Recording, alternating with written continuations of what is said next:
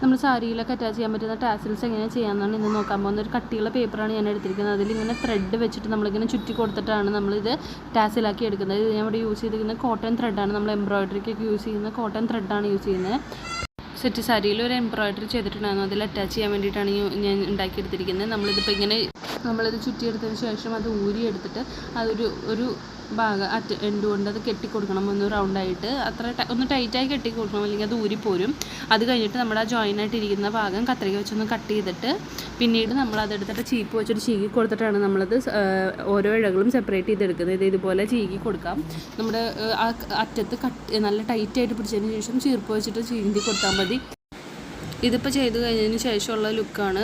ഇതിപ്പോൾ ഞാൻ ഇതിൽ രണ്ടെണ്ണം സെപ്പറേറ്റ് കാണിക്കും. ഇത് ചെയ്യാത്തതും ഇത് ചെയ്തതുമാണ് സെപ്പറേറ്റ് വ്യത്യാസം നിങ്ങൾക്ക് കാണാം. ഇതെല്ലാം ഞാൻ ചെയ്തിട്ടുള്ളതാണ്. ചെയ്യാത്തതും വ്യത്യാസം നിങ്ങൾക്ക് കാണാൻ പറ്റും. ഇത് അറ്റാച്ച് ചെയ്ത് കഴിഞ്ഞാൽ നല്ല ഭംഗിയാണ്. എല്ലാവരും ട്രൈ ചെയ്ത് നോക്കുക.